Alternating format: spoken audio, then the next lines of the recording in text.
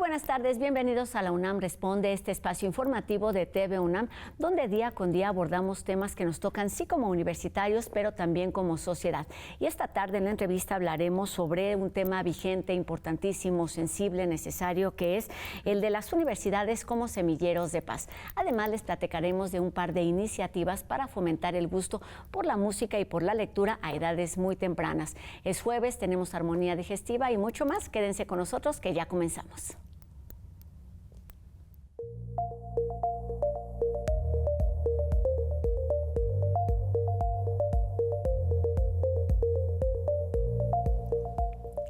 En un contexto donde la violencia y la polarización forman parte de la vida cotidiana dentro y fuera de las aulas, la UNAM organiza el programa Cultura de Paz, un semillero universitario, que busca promover la integración de valores y conocimientos para crear mecanismos y acciones que permitan la solución pacífica de conflictos de manera interdisciplinaria. En esta jornada estuvieron presentes especialistas de instituciones, dependencias y organizaciones nacionales e internacionales que están interesados en construir una educación transformadora. Y precisamente platicamos con una de ellas esta tarde aquí en TV UNAM, que es la doctora en pedagogía Alicia Cabezudo, quien es especialista en cultura de paz y además es coordinadora de organizaciones internacionales en América Latina y el Caribe. Doctora, ¿cómo está? Qué gusto tenerla aquí en la UNAM Responde. ¿Cómo está? Muchas gracias por la invitación. Mucho gusto, por supuesto, en estar aquí y colaborar con ustedes. Pues, y para ayudarnos, además, bienvenida a la UNAM y a participar y contribuir con su conocimiento y experiencia, a hablar de estos temas tan necesarios, tan urgentes. Y la primera pregunta tendría que ser necesariamente, ¿qué papel juegan las instituciones educativas, las universidades, en esta iniciativa, en este interés de construir una cultura de paz, doctora? Construir la cultura de paz es, en realidad, una obligación, digamos, ética, política, moral, económica y social en todos los países. Y por lo tanto, desde esta visión integral de la cultura de paz, obviamente el sistema educativo ocupa un rol fundamental y en él las universidades, que conforman entonces todo el esquema de estructura de enseñanza en distintos niveles que puede ofrecer un país para construir un nuevo campo disciplinar o nuevas líneas de investigación. De hecho, la paz como tal es un campo nuevo investigativo y, en cierta forma, también un campo nuevo pedagógico, porque generalmente se asociaba muchas veces, y sobre todo en América Latina, a la enseñanza de derechos humanos o ciudadanía, sin especificar el rol que tenía allí la construcción de paz.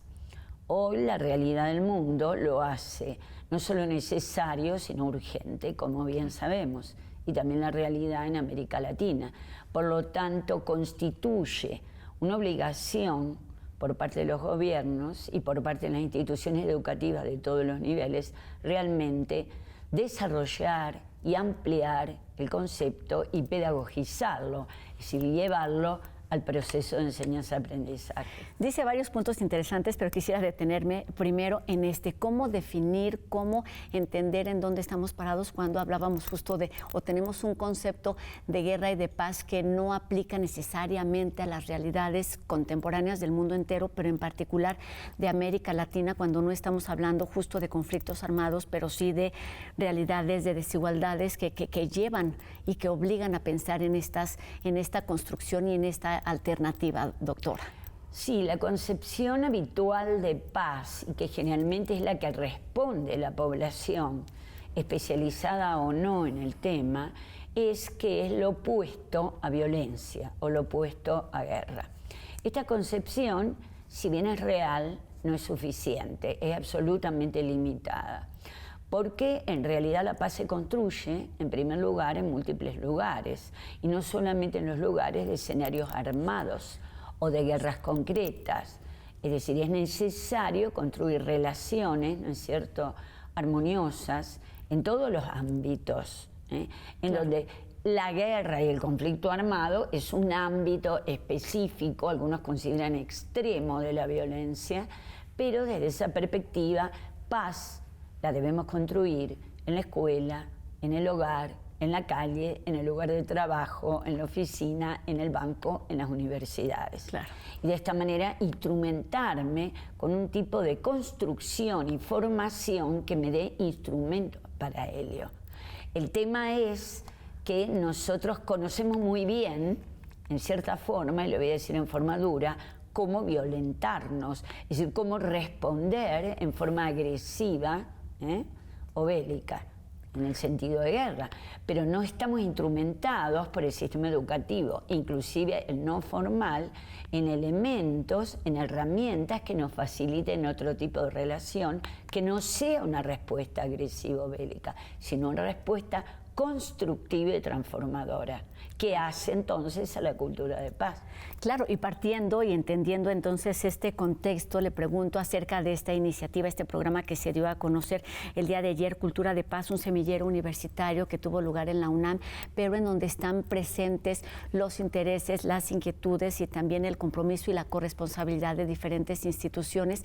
¿Qué suma, qué aporta a la realidad que estamos viviendo? Además, entendiendo que surge de una universidad tan importante como es la UNAM, doctora. Sí, en primer lugar, la construcción de paz no compete solamente al sistema educativo, formal y no formal, sino diría, es una razón de Estado, o debería serlo, a esta altura de los acontecimientos en los países latinoamericanos, también en México, por las razones que conoce bien la población, y en el mundo.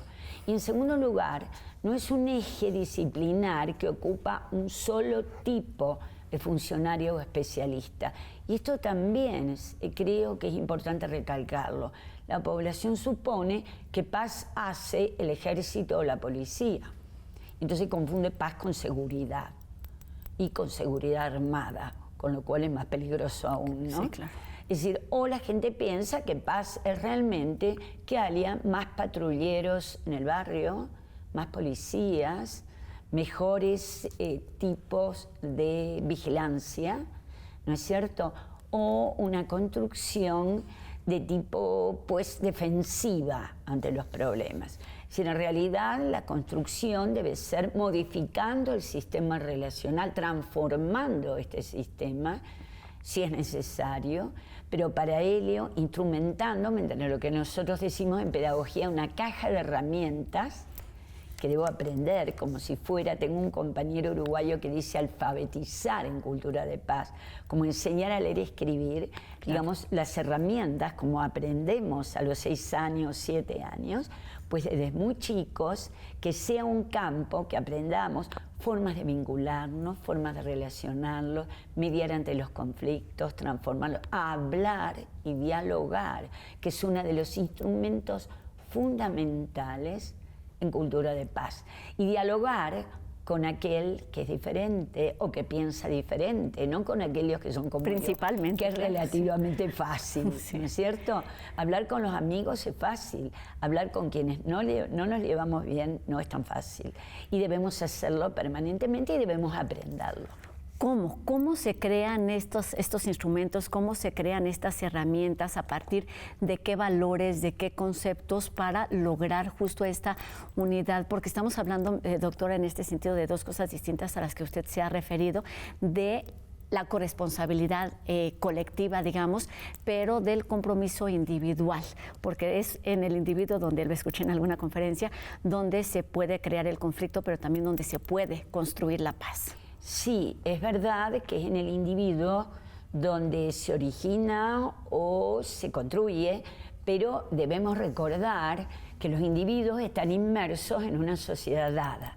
De manera que lo individual y lo colectivo constituyen en realidad una integralidad.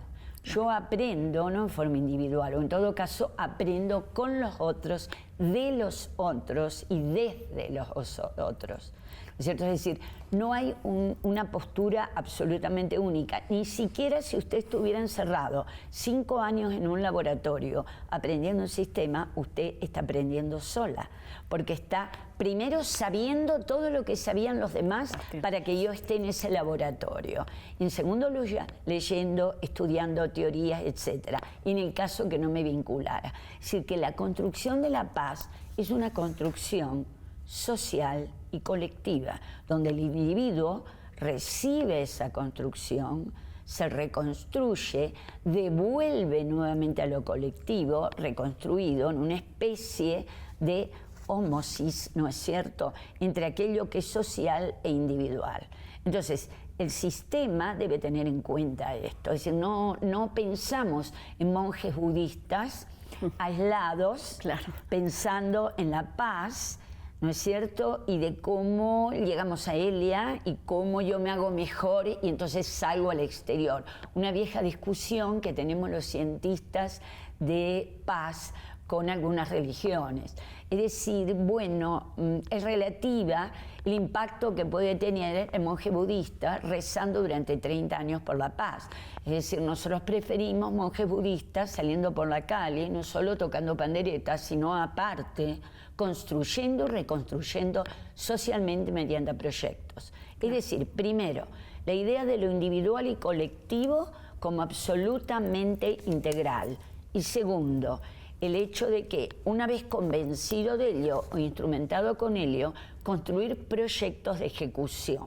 Tampoco no nos sirve, creo que ninguna ciencia, pero estamos en el campo de las ciencias educativas y de educación para la paz, ¿no es cierto? Debemos construir planes de acción. Partimos del axioma pedagógico tan importante, y voy a insistir con respecto a ello, del famoso pedagogo brasileño Paulo Freire, que es, ¿no es cierto?, nuestro mentor en todo el continente y realmente un mentor universal, que habla de observar la realidad, detectar los problemas que tiene, que pasan a ser mis contenidos de aprendizaje, reflexionar acerca de la realidad e inmediatamente a partir de mi observación y mi reflexión, organizar la acción. Es decir, observación y reflexión no es suficiente, aunque necesaria. Sí, claro. Sino que aparte, al paso de observación que me da los contenidos, no estoy en la luna, estoy en México, la capital de un país importantísimo, con enormes problemas de violencia, los observo, los determino en cuáles voy a trabajar, reflexiono sobre ellos, armo equipos interdisciplinarios, otro elemento fundamental que toma la UNAM y que felicito para ello, es la cultura de paz, no es de un eje disciplinar, es absolutamente, ¿no es cierto?, multidisciplinar e interdisciplinar, que utilizan las metodologías comunes. Y aparte, una vez pasado, digamos, estas etapas, proyecto, salgo con proyectos que pueden fallar o no, que pueden ser buenos o no, por cierto que intento que sean lo mejor posible, y si no los adecuaré, pero a la acción. Es decir, Freire dice, observación y reflexión sin acción no produce transformación. Y ciertamente lo que el mundo necesita ahora es transformación. Esta educación transformadora, y eso le quería preguntar con respecto a varios puntos que ha tocado, que tiene que ver con este concepto de pedagogía para la construcción de paz, que es algo que usted ha estudiado durante mucho tiempo para buscar esa paz total. ¿Qué ofrecen las universidades? Una universidad como la nuestra en este proceso de transformación, que es donde sí se dan todo tipo de conocimientos en cuanto a muchas y diferentes disciplinas científicas o no, pero es principalmente donde se está dando la formación de las nuevas generaciones. Efectivamente, hasta ahora el campo de la paz es un campo, diría, subsidiario. Diría no trascendental o trascendente, en el sentido de darle importancia vinculado con los contenidos específicos de cada disciplina. Sin embargo, ¿quién puede dudar acerca de la necesidad de esta construcción en cualquier etapa histórica, y mucho más en esta y en estos últimos años, y en este año, y en este contexto, con lo que nos está demostrando el mundo en este momento? Entonces, que una universidad de la categoría, el conocimiento, el prestigio, ¿no es cierto?, que tiene la UNAM, lo considera un proyecto necesario, a los especialistas en el campo nos parece trascendental. De hecho, ya hay universidades en otras partes del mundo que tienen proyectos de este tipo. En América Latina se destacan sobre todo las universidades colombianas, claro, porque la realidad de una guerra directa tan larga como es, desgraciadamente, en Colombia, ha provocado esto. En el caso de la UNAM, me parece una particular sensibilidad por parte de la rectoría, por parte de la dirección de esta casa de estudios, tomar el tema como un eje multidisciplinar que debe convertirse en inter, que es cuando metodológicamente trabajan en conjunto, no solo se unen para decir o hacer desde su disciplina, sino que aparte se integran en proyectos comunes que recombinan las metodologías. Conociendo justo esta experiencia a la que se refieren las universidades de Colombia, ¿cuáles o cómo podríamos platicar sobre algunos de esos proyectos, de esas herramientas que se van construyendo, es decir, como de forma más tangible para además hablar de las expectativas, de qué se puede lograr entendiendo la situación que estamos viviendo aquí y ahora, doctora? Sí, en primer lugar es necesario lo que he denominado también la pedagogía freiriana, la toma de conciencia. El pedagogo Freire crea la palabra concientización, tanto que cuando se van a traducir todas sus obras en inglés no existía la palabra no existe en otro idioma, entonces directamente se utiliza la palabra brasileña, portuguesa, conscientização. Entonces uno aparece en los textos en francés, en alemán o en inglés así. La concientización de los estudiantes, en este caso en la UNAM, ¿no es cierto?, acerca de la realidad circundante, los problemas existentes, las violencias y los distintos grados de violencia, porque la violencia no solo la encontramos en la guerra directa, que no hay violencia solo y desgraciadamente en Ucrania o en Gaza, ni en la guerrilla en Colombia, ni lo hubo con el comandante Marcos. La violencia está al lado mío, está en la calle, cuando la gente se grita y se impreca porque chocaron dos autos y finalmente se matan entre sí porque le rompieron un farol. No por el choque, claro. O la violencia no está solo en los partidos de fútbol, que también está, ni en el recreo escolar, ni la directora con respecto a sus maestras en una institución escolar, ni dentro de la escuela. Es decir, el especialista David Adams, uno de los mejores especialistas existentes en cultura de paz, dice que vivimos una cultura de violencia y lo que debemos hacer es trascender, pasar de esta cultura de violencia, es decir, reconocerla, conocerla, conocer que existe esta, y a partir de este conocimiento y este análisis pasar mediante distintas herramientas que voy construyendo en forma colectiva. Recuerde, lo colectivo e individual constituye un todo, claro. ¿No es cierto? En forma colectiva a la cultura de la paz. Es decir, es un pasaje que en este momento esperemos que realicen los estudios en la UNAM, ¿no es cierto? Claro. Y que es absolutamente trascendente, respondiendo a su pregunta y trascendental, el hecho de que lo hagan los estudiantes de todas las carreras, no solamente los de pedagogía o los de ciencias sociales o los de derecho, que es lo habitual. Lo habitual es que aparezca en estas disciplinas, sino que todos construyan en la universidad, porque en realidad la problemática es integral y es universal. Ayer en esta presentación Rigoberta Menchú hablaba sobre el reto que significa hablar de los conflictos nuevos que aún no conocemos y cómo enfrentarnos o cómo prepararnos para esto desde la universidad, desde el conocimiento, desde la empatía, desde la solidaridad, porque no necesariamente se requieren, digamos, estrategias completas o complejas. Completas sí, complejas no. Sí. Para terminar, doctora, ¿sigue siendo un reto el definir, el entender lo que es la cultura de la paz y por lo tanto la construcción de esa cultura de la paz?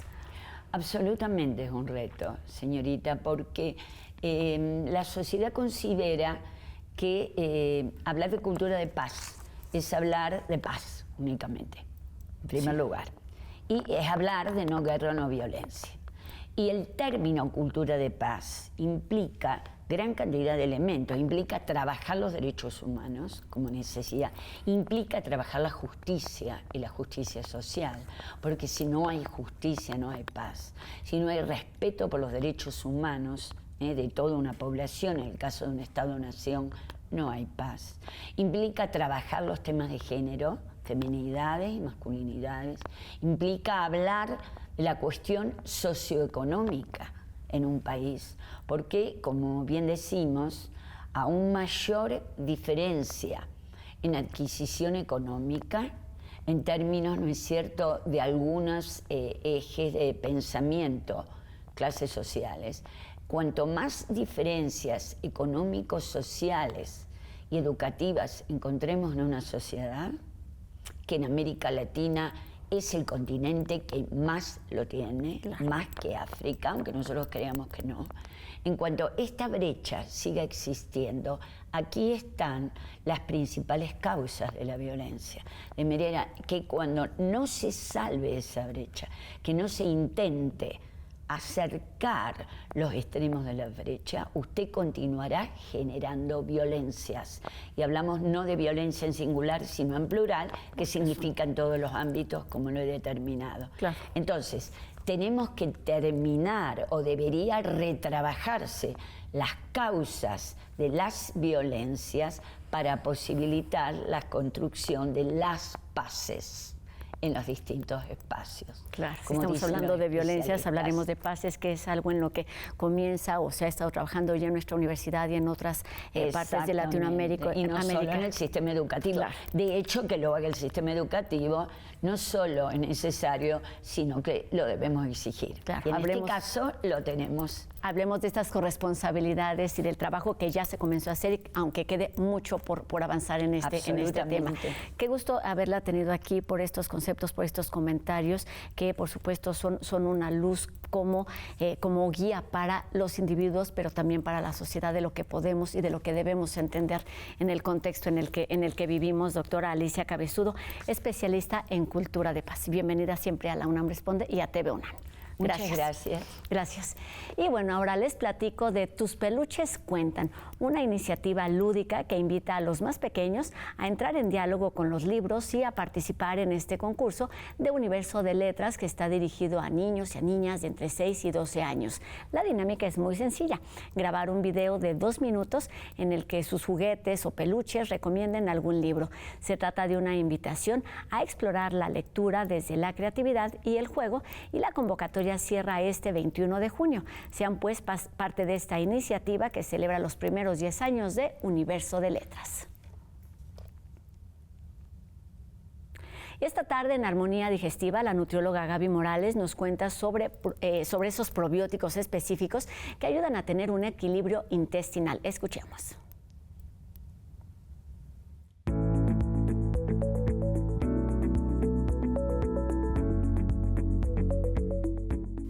Hola a todos, bienvenidos a Armonía Digestiva. Yo soy la nutrióloga Gaby Morales y hoy les voy a platicar un poco sobre diferentes cepas de probióticos que brindan beneficios para la salud.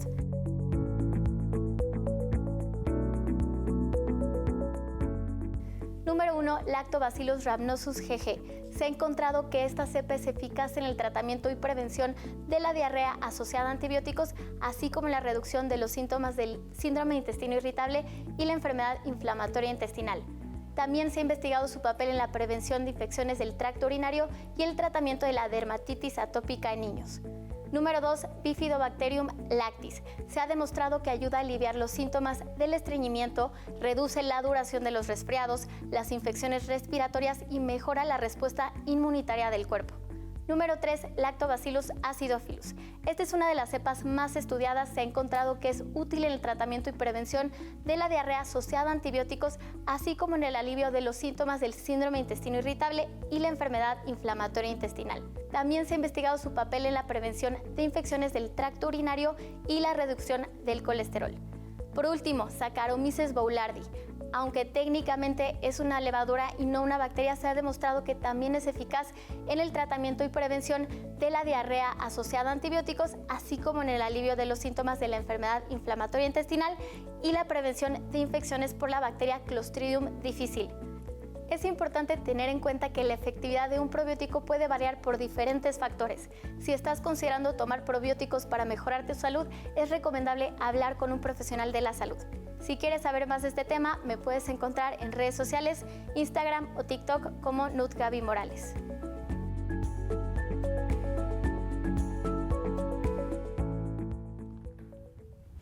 Y con esto terminamos nuestro programa de hoy, también con muchas reflexiones en torno a ese trabajo que debemos hacer de forma individual y colectiva con respecto a los conflictos y la cultura de paz, entendiendo que estamos justo en un semillero que es nuestra universidad. Y los invitamos a que nos acompañen mañana. Antes agradezco a Ricardo Iturbe su participación en la interpretación de lengua de señas. Y recuerden seguirnos en nuestras redes sociales. Nos vemos mañana, 2:30, por supuesto, aquí en TV UNAM. Adiós.